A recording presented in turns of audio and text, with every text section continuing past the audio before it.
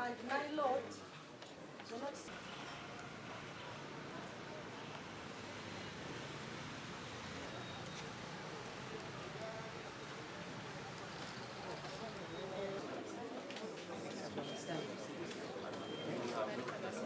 omuntu osobola muwa ekifo n'asemberako wa mu maaso okwewala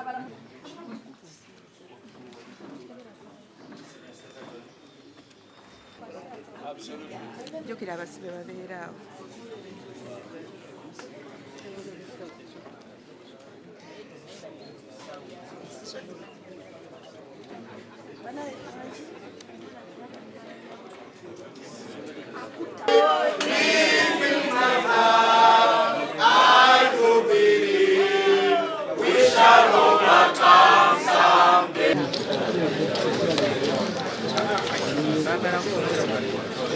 I am Honorable Shamin Malende,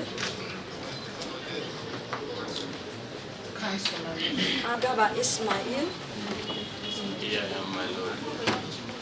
and my Lord. Can we have some silence, please? You can proceed in the meantime as they do the calculations, Council. He is 51 years old. Yeah. Kenya? Where is Nam Kenya? Can we have Nam Kenya's details? My colleague wanted to put, he has come, wanted to put something.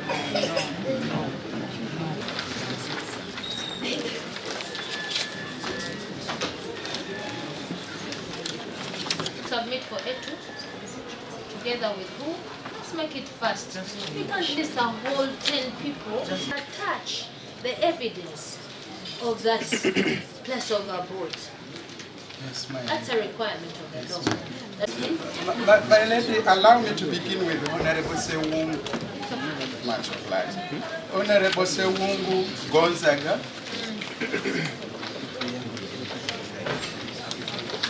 It's a my lady, his national ID expired, but he will have come with his passport. What is copies? Abindi Ronald versus Uganda. Abindi Ronald Yes, versus Uganda.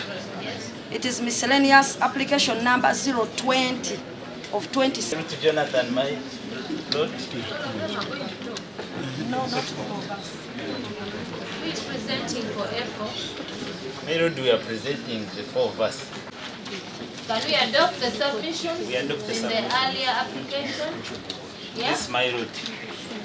Please adopt the earlier submissions made by my colleagues. Regard my Lord, let us start with Honorable Namugagore. Can we, who are we submitting? I'm following the order of the court. Yes, we are starting with him, my Lord. My Lord, we brief the sureties. First, Kenya Madina, who is the wife.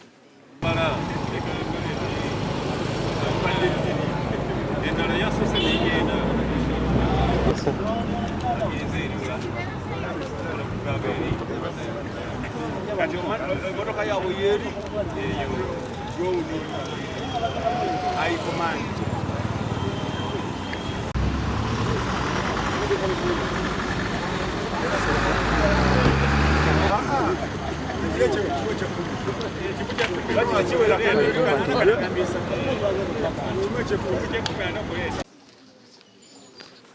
He is a member of parliament. My Lord, the said offences are triable and bailable by this honorable court. But most importantly, my Lord, we pray that you determine this matter on the presumption of innocence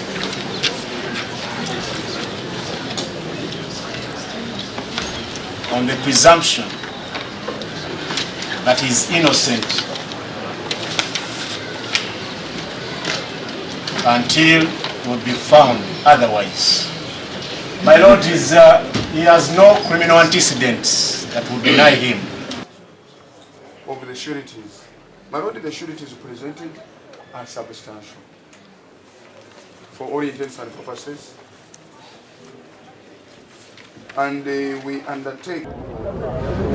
Mu application oba mu kusaba okwandiwe mu mateeka okwandiwuliziddwa mu nnaku 3 naye era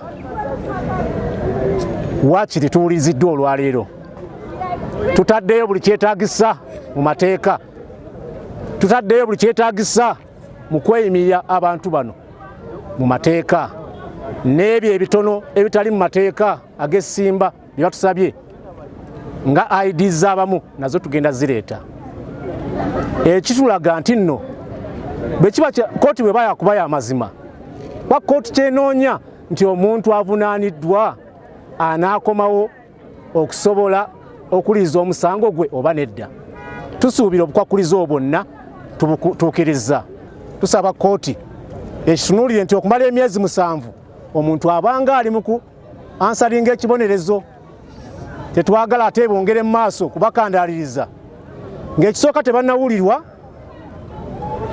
tugambye kkooti nti woomalira emyezi 7 nga tonnawuliriza kusaba kweyimirira kati olwo omusango guyinza n'okumala emyaka 4 kati era obakuume mu kukomera emyaka 4 tulowooza ajja kuba yabwenkanya ebate tusaba abawabi ba gavumenti mulekere ngaawo gamba kkooti nti muli ready okuleeta abajulizi era ne mugifuula ensonga lwaki abantu baddayo mu makomera kyokka nga mukimanyi bulungi nti mumala okuteeka abantu mu kkomera ate ne mutaleeta abajulizi bonna abantu bali ku alimanda emyaka 7 emyaka 5 bafuna dda komito tebawozesebwa era tebaleetebwa mu kkooti iweteke era akitunuulire nti tewali bujulizi bwankukunala ne bennyini ababeemulugunyako ba complainant tebalabikako mu kkooti kitegeeza n'omusango ogwo bennyini bagujjamu denta bine enensonga eringa ya byabufuzi si ya mateeka so tuli basanyufu nti olunaku olwaleero okweyimirirwa kw'abannaffe kuwuliriddwa bulijjo kye tulindiridde nga tugamba naye wiiki ku wiiki mwezi ku mwezi nga abantu bano tebayitibwa mu kkooti esobola okuwulira okweyimirirwa kwabwe kirungi nti kimaze ne kibeerawo kkooti etugambye nti ennaku z'omwezi 22 ejja kuwa ensala yaayo katusuubire nti kkooti abantu bano ejja bata kakalu kaayo kubanga abantu bano kati nga eri Mutwe akyayina obulumi akyetaaga okufuna obujjanjabi bano abantu bonna okuli Gaddafi okuli akireewo eri Mutwe n'abalala mukimanyi bulungi tibakwatibwa ebbanga erisuka mu ssaawa 48 constitution oba ssemateeka zeeragira tebatwalibwa mu kkooti nga constitution bweragira oba etteeka bwe liragira wabula baabuzibwawo ne bakubibwa nnyonnyo ne batulugunyizibwa n'ebirala byonna bwe twogerera teri bujulizi obwa Simba bwe baleese bana babavunaana misango ki gye bavunaana musimanyi babba esweta simanyi bakola ki ebintu ebitategeerekeka tusaba ekitongole ekiramuzi kirekerawo okozesebwa tulowooza nti omulamuzi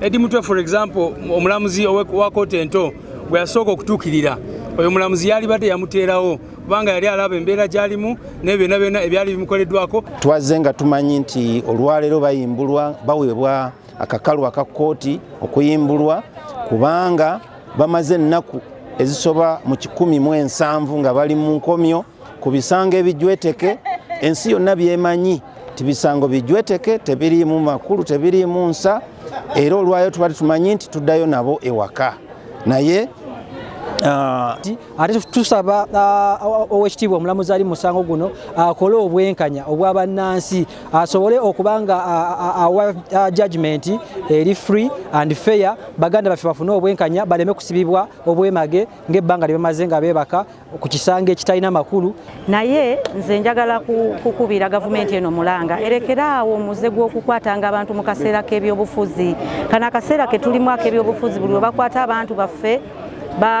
bagezaako kutiisatiisa n'embeera gye bakola eba yakusika yalinga bantu kubatiisatiisa nakubamalamu maanyi mu kaseera nga tugenda mu bululu kino ekikolwa ffe tetugenda kukoowa kubeera nga tujja okulaba nti baganda baffe abaasibibwa edi Mutwe ne ttiimu tubabanja era tusaba esiga eddamuzi okulaba nti baganda baffe babawo obwenkanya ebbanga lye babadde mu kkomera libadde ddene era tusaba esiga eddamuzi lwe tukomawo batunuulire baganda baffe ababadde nga balwadde baganda baffe abasinga beetaaga bujjanjabi